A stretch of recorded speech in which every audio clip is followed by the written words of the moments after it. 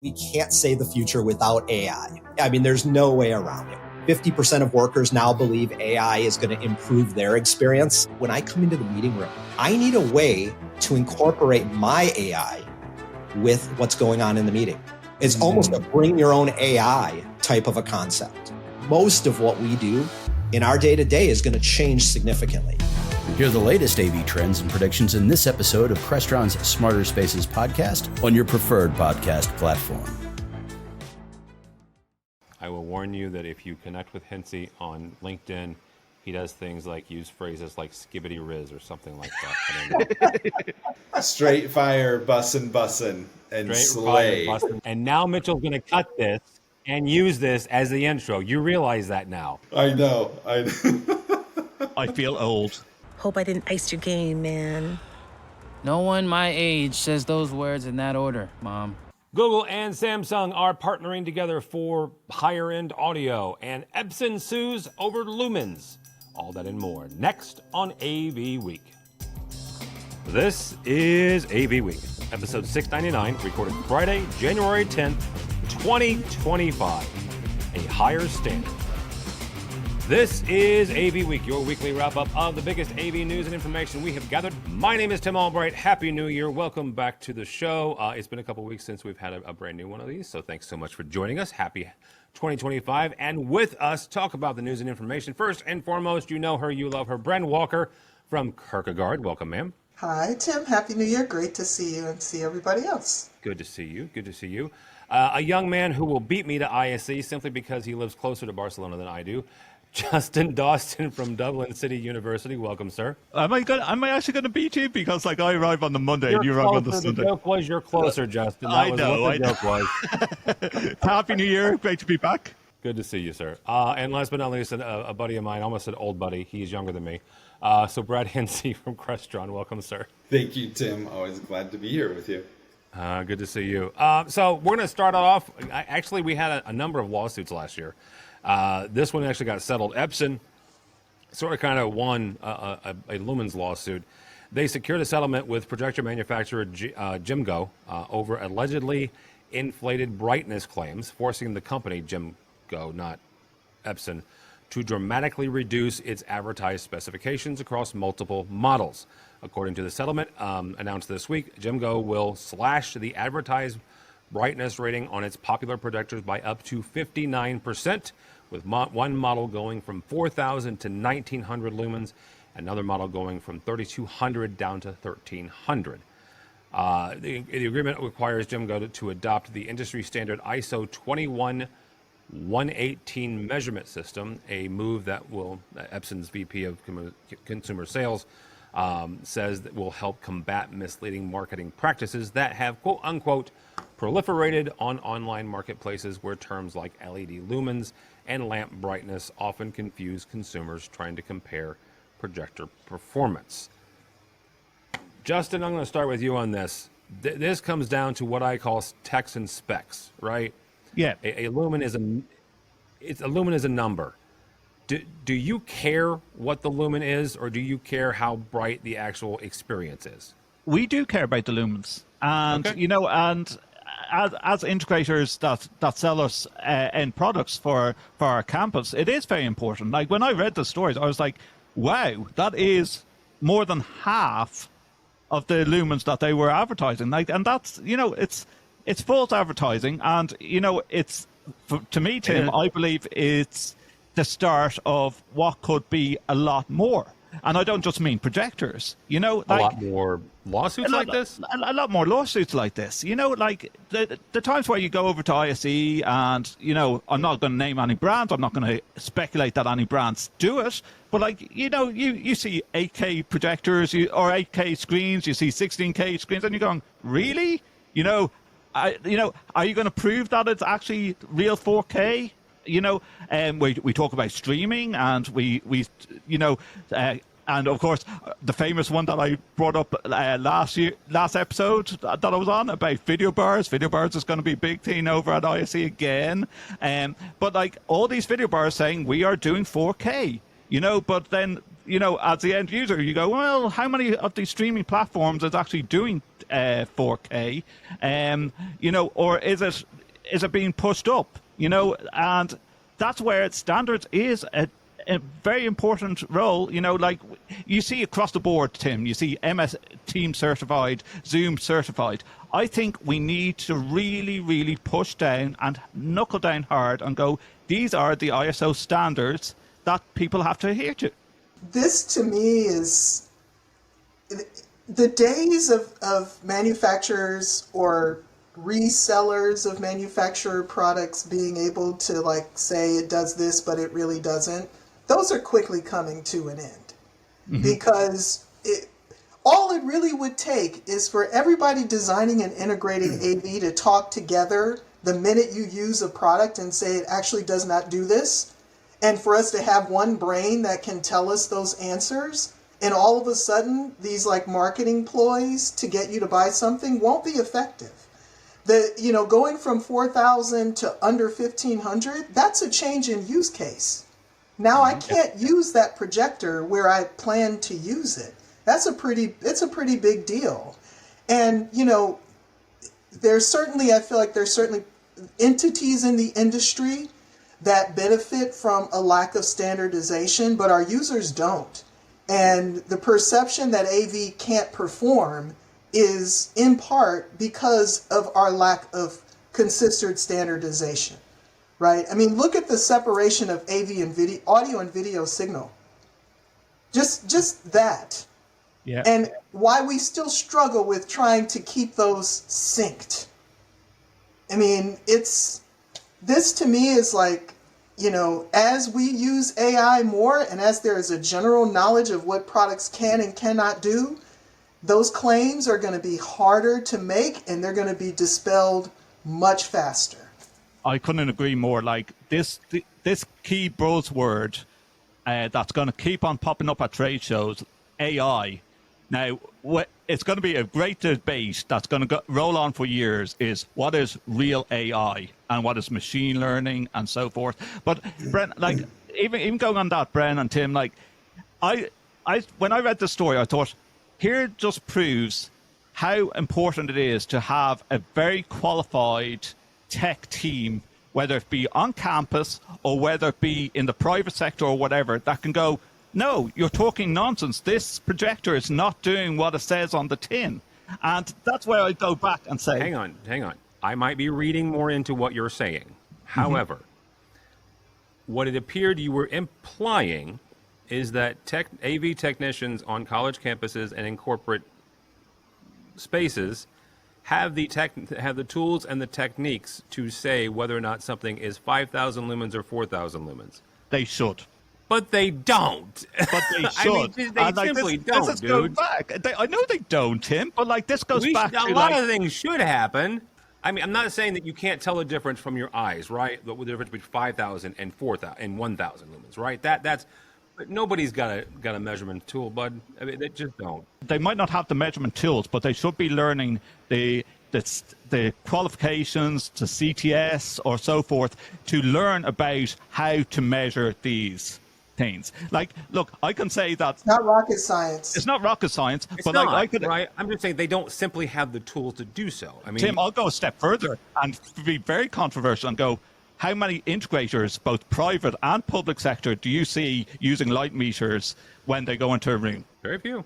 Very few. Yeah, and that's why we need to improve the standards. And I'll just say that those specifications matter because a lot of times you're making a decision on an edge, right? Yes. And you may, if you know otherwise, choose to go up a projector. Right? If you are close to that edge and that number is not correct, it is not going to perform in the field. And as you're designing, you would have been better off to go up one. Once you bought it, guess what? But how important then, Bren, is it to, instead of just an integrator or a distributor saying, oh, here's the box and here's what it says on the box, you need to put that into a live environment and test it side by side. And if you don't, well, maybe that's your own fault as an end user. Or at least ask for an installation in the wild, yes. Right?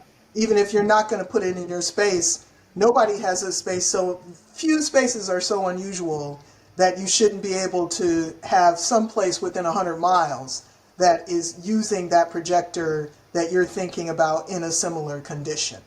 And they should be able to direct you to someone who you can talk to who can say, yep, it worked for me in my lecture hall that's for 300 people. Hansi, I'm going to bring you in on this because the one thing, Crestron does not sell projectors. Let's start there. So he has no Good for specs you. and specs on that. We might be breaking something here. I don't know. But one of the things that the industry has gone to, and I think it's a good thing, but somebody can disagree with me here, but they've gone to selling solutions, right? We don't care what the lumens are. We don't care what the SPL is, the dB, whatever, of that speaker or that microphone. Tell me what you need to do, and I'll provide you a solution, right? How does that fit into this argument where, I guess, Brent's right, if it says 10,000 lumens, it's darn well better give me 10,000 lumens because he's going to design it to be a space of 10,000 lumens. But Justin doesn't, Justin specifically does care, but the average Justin does not care. He just needs it to show up. He needs the Justin's. the PowerPoint presentation and the instructional video to show up on the screen. So how do those two things jibe? Well, I think that, when you're speccing a solution, as Bren said, if you are designing one around a particular performance, a particular level of performance, you need that spec to actually deliver on that. And, there is the difference between real technical specifications that you're going to be designing around versus those marketing specifications that manufacturers use to highlight some feature of their particular product and try and stand out in another way, right? When we have a clearly defined specification for something, and if you meet that specification, you should declare it. If you don't, and you don't want to admit that you don't, then some people like to go and invent their own thing. And so I think that there are very important applications where you have to have clear specification, right? And you have to meet and land on that spec. And we run into this frequently, even in the world of, say like Teams certified devices, right? And making sure that those products actually deliver or work well on Teams. There are manufacturers that invest heavily to make sure that they do, right? And so that certification is valuable as a representation that, hey, this will work this way, right? And then there's those fly-by-nights that claim to work, but they don't, right? And then they'll come up with some other marketing specification to try and claim that. And so I think that there is an important space for really clear specifications that are standardized.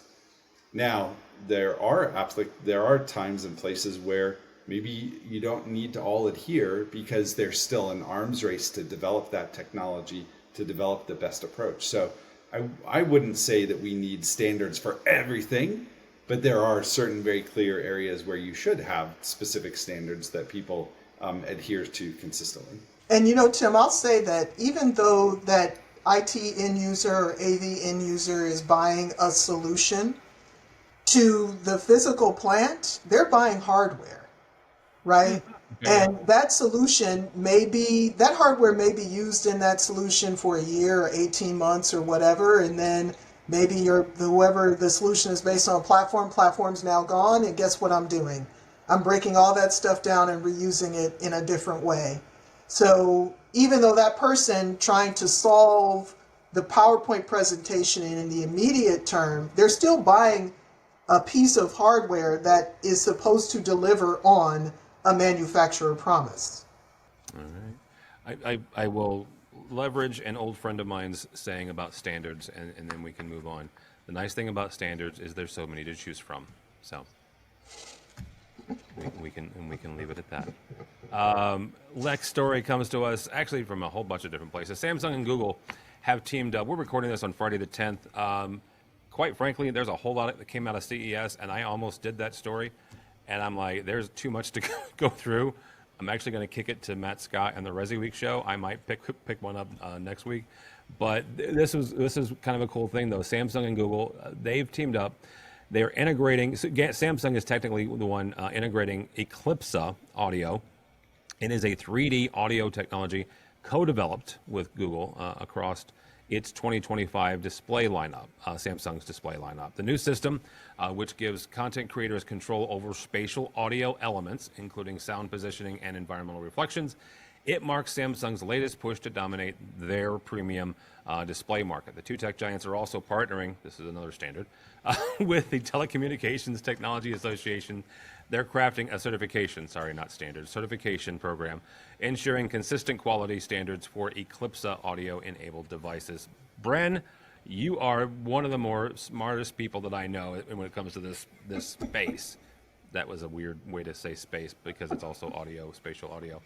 What was your initial reaction when you saw this? I think that it's great for residential. Okay. Where you have very predictable sort of spaces in terms of where something like this is going to go. And, you know, if you've got your home theater and your partner doesn't want to see speakers all over the place, you can get the experience. How great is it? I need to acoustically hear it first to know. Because you're whatever the architectural structure of whatever room you put it in, it's going to matter. We know that some of those devices are able to actually sort of map the room and understand it well, or well enough for the ear at home. Probably well enough for your medium-sized conference room or smaller. The minute you get into larger rooms where you're going to have more audio sources, then the efficacy of something like this starts to become a question. But there's so much market in the ones that in the areas that I described, that this is the evolution of processing power for audio, right? And the march towards trying to make audio sound the most natural.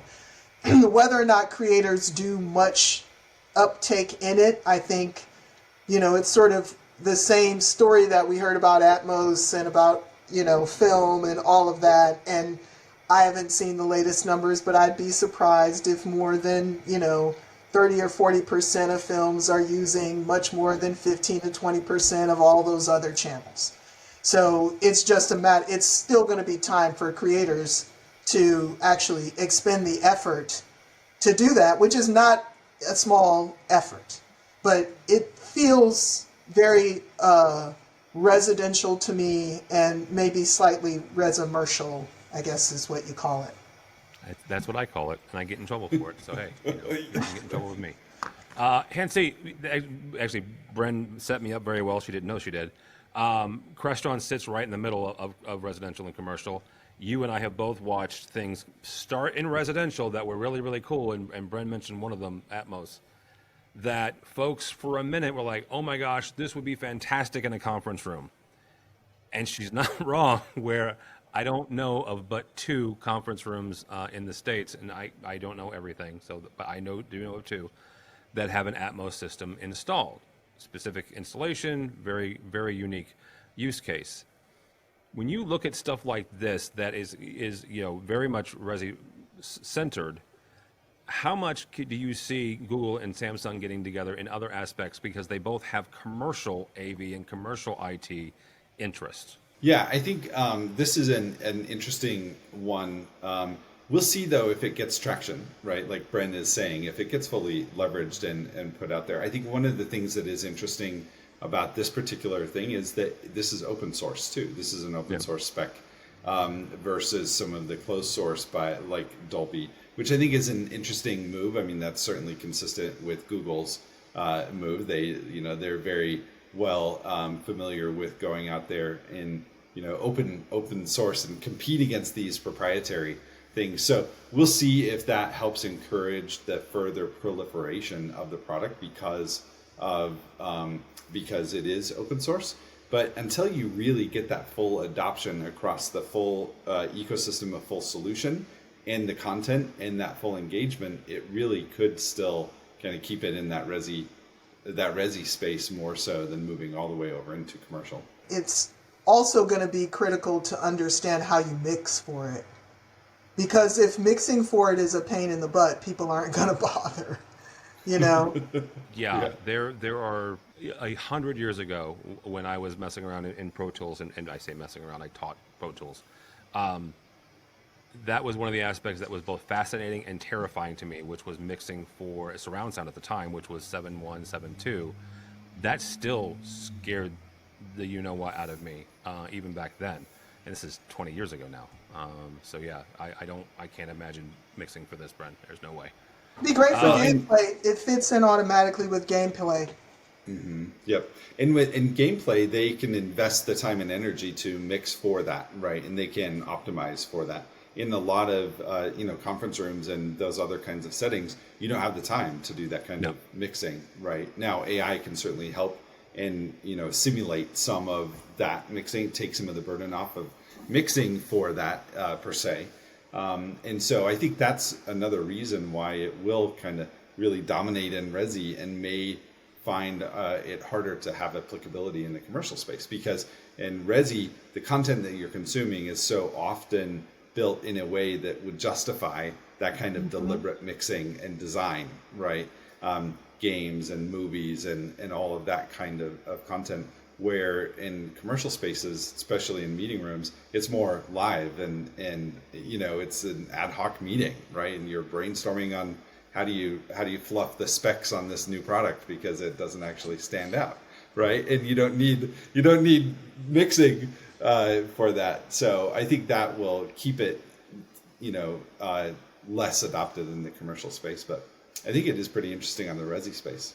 Justin, what was your first thoughts when you saw Samsung and Google come together for an audio product? I think, Tim, it's what first came to mind as, wow, Google is really dipping their toes in a lot of different areas at the moment. And even if you kept it to the residential type of area, this is very interesting in a smart home environment. If you have like a load of Google devices like I do, I hope I don't set any off by just saying that word. But like if you're adapting that with your TV and your Google devices and your cameras and everything, it's very interesting. It's a good way to test it into the commercial environment. Now, when I say putting it into the commercial environment, the first thing that rings in my head is the IT AV support person's worst nightmare, because as you just said, there's an open source system, there's probably Android as well, which I know a lot of campuses here in Ireland don't want to touch as much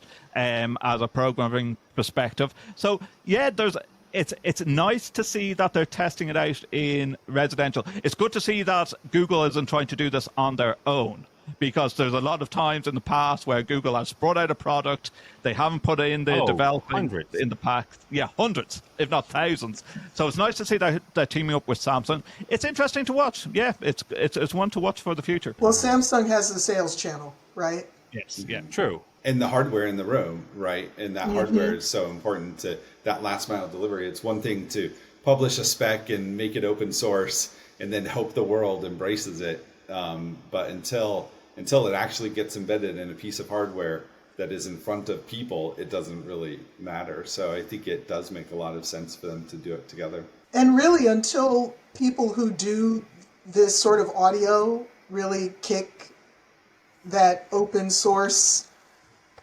hard to see how it works, this is still a video product, really. It's an audio augmentation for a video product.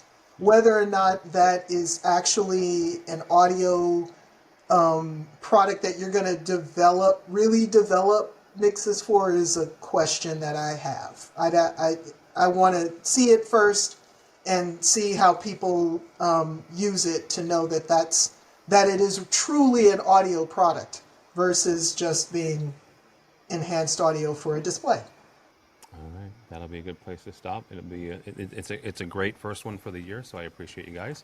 Bren Walker from Kierkegaard, thank you, ma'am. How do people connect with you or Kierkegaard? Bren at Kierkegaard.com, and I'm on LinkedIn, but I'll say this even more so now in 2025, having spent the holidays with my mobile phones off for 2 weeks.